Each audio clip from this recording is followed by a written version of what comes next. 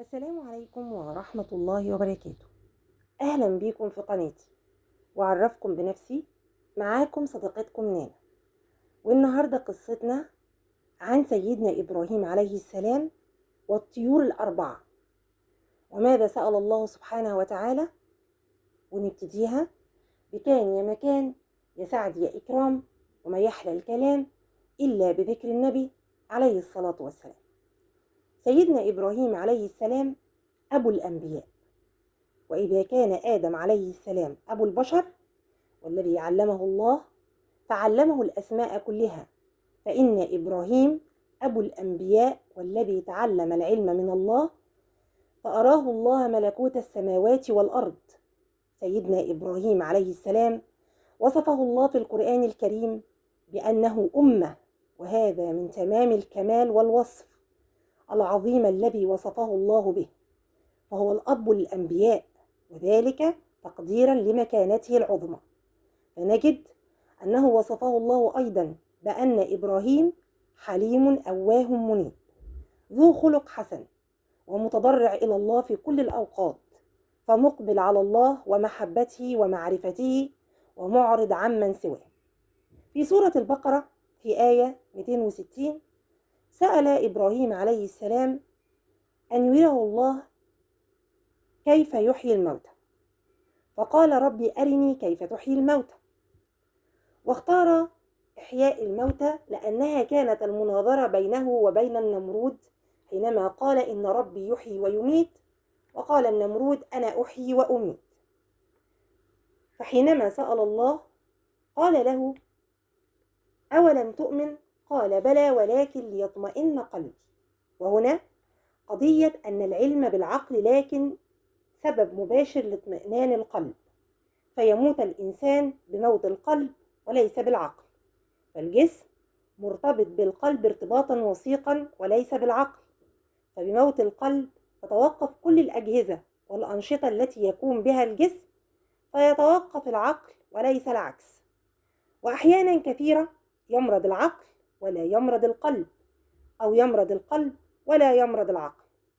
ومن خلال هذه التجربة رأى سيدنا إبراهيم ملكوت السماوات والأرض، لأنه خليل الله وصفيه، فبدأ بأن الله يعلم الأنبياء تعليما ليس كتعليم البشر لبعضهم البعض، هذه قضية متفق عليها.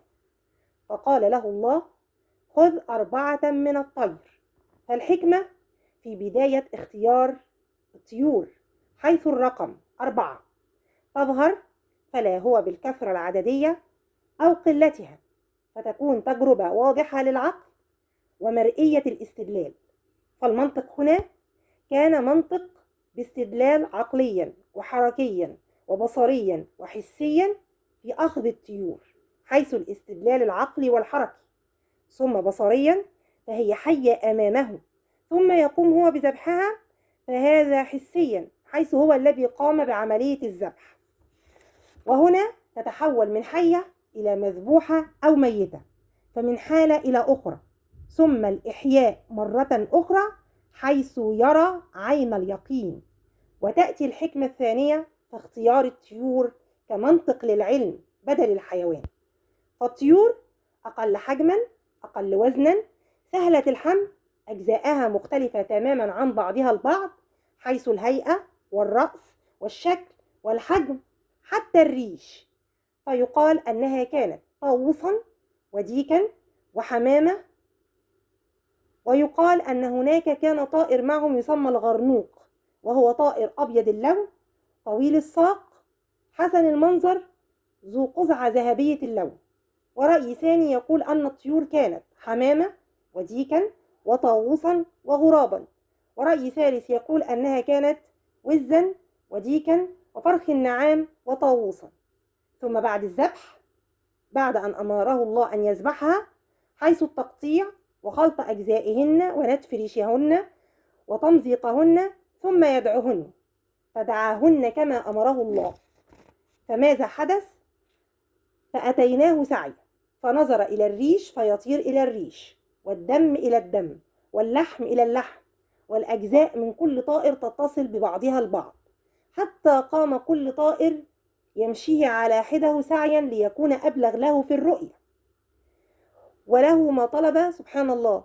وجعل كل طائر يجيء لسيدنا إبراهيم ليأخذ رأسه الذي في يده، فإذا قدم له غير رأسه يأباه، وإذا قدم إليه رأسه تركب مع بقية جسده بحول الله وقوته. وهنا جاء الاطمئنان القلبي لسيدنا إبراهيم عليه السلام. وفي نهاية الآية: واعلم أن الله عزيز حكيم لا يغلبه شيء ولا يمتنع من شيء، وما شاء كان بلا مانع، لأنه القاهر فوق كل شيء، وأنه الحكيم في أقواله وأفعاله وشرعه وقدره. وهنا لابد وأن نقول أن ما سأله سيدنا إبراهيم عليه السلام ليس من جهة الشك، بل كان من قبل زيادة العلم بالعيان، فيفيد من المعرفة والطمأنينة ما لا يفيده الاستدلال العقلي، فرأى رأي العين، وكانت هي عين اليقين لسيدنا إبراهيم عليه السلام. وهنا خلصت حدوتتنا، ومستنياكم بكرة إن شاء الله في حدوتة جديدة من حواديت نانا. مع السلامة.